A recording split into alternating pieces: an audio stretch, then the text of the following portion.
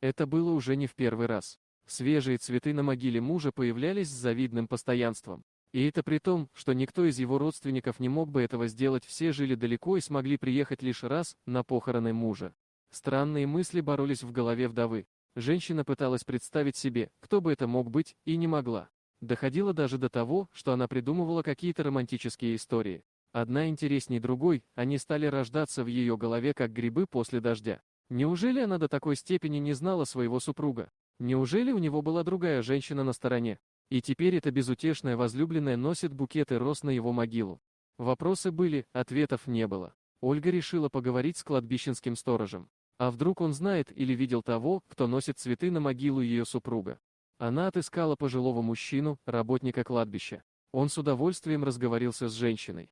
«Видел я и не раз, как молодая женщина приносит цветы вашему мужу. Я думал, это дочка ваша или племянница», — ответил ей сторож. «Придет, положит цветы, постоит минут 5 и уходит».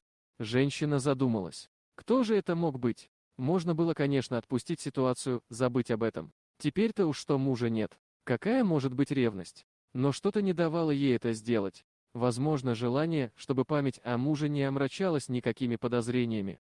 «А вы не могли бы спросить у этой девушки, кто она? Мне это важно знать. Я была бы вам очень признательна», — попросила мужчину вдова.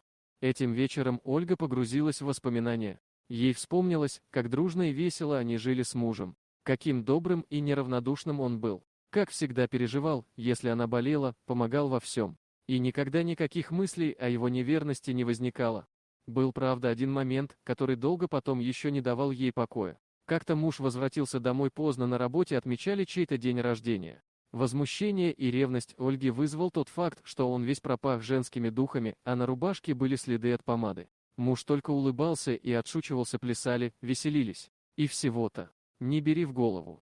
Тебе ни в чем меня упрекнуть. И ревновать не за что, любимая. Успокойся и забудь. Она и забыла. Но каждый раз, когда муж с кем-то незнакомым разговаривал по телефону или задерживался с работы, червь сомнения вновь просыпался в ее сознании. Приехав в очередной раз на кладбище, Ольга опять увидела цветы. Но принесены они сюда были уже давно, засохли. А сторож порадовал ее тем, что поговорил с девушкой, которая была здесь неделю назад. Она дала ему свой номер телефона и сказала, что с удовольствием познакомится с вдовой. Приехав домой, Ольга решила позвонить этой незнакомке и узнать все поскорее. «Вы знаете, нам лучше поговорить с вами не по телефону, а приезжайте-ка к нам в гости, познакомимся, поговорим». «Я пирог испеку», — проговорила девушка, как только узнала, кто звонит. Когда вдова приехала по указанному адресу, то удивилась, с какой душевностью приняла ее незнакомка у себя дома. Это была маленькая, однокомнатная квартирка со скромной мебелью. Из комнаты вышла девочка лет 5, поздоровалась. «Здравствуйте, меня зовут Татьяна, проходите, пожалуйста. А это моя дочка Алиса», — добродушно сказала хозяйка. Когда они устроились за столом с ароматным чаем и румяным вишневым пирогом, Татьяна начала свой рассказ. «Я детдомовская, родителей своих не помню. Квартира мне досталась от государства. Был у меня мужчина, полюбили друг друга, брак оформили, Алиса родилась. Но трудностей, что ли, испугался, сбежал он от нас быстро. Потом дочку в садик устроила и пошла работать. Мне повезло, меня взяли работать секретарем в фирму, где работал ваш муж, Алексей Петрович, светлая ему память. И все хорошо, жить бы да радоваться, но очень серьезно заболела доченька. Срочно нужна была дорогостоящая операция. А где мне взять денег, ни родственников, ни накоплений, и продать нечего? Тут я и пошла к вашему мужу на прием. К директору не пошла, боялась его, как огня. Пошла к заму, супругу вашему. Когда я рассказала о своей беде, он меня успокоил. Заверил, что все будет хорошо. А потом организовал сбор средств среди наших сотрудников. И все филиалы подключил.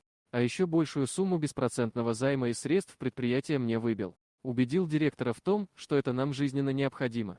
Он был очень хорошим человеком, ваш муж. Благодаря ему моя доченька жива и здорова. И его смерть стала для меня большим потрясением. Вот такая история, Ольга. Мне очень хотелось хоть как-то выразить ему свою благодарность. Поэтому я ношу иногда ему розы. Вы не против? Конечно, не против, милая, по лицу Ольги уже давно текли слезы. Каким благородным, оказывается, был ее супруг. Каким неравнодушным. Сколько добра он сделал людям. Ольга еще раз мысленно поблагодарила судьбу за своего мужа. За то, что он встретился ей когда-то и сделал самой счастливой. И пожелала душе его покоя. Она его заслужила. Дорогие друзья, если вам понравилось видео, поставьте лайк, а также подписывайтесь на канал, где найдете еще много интересного.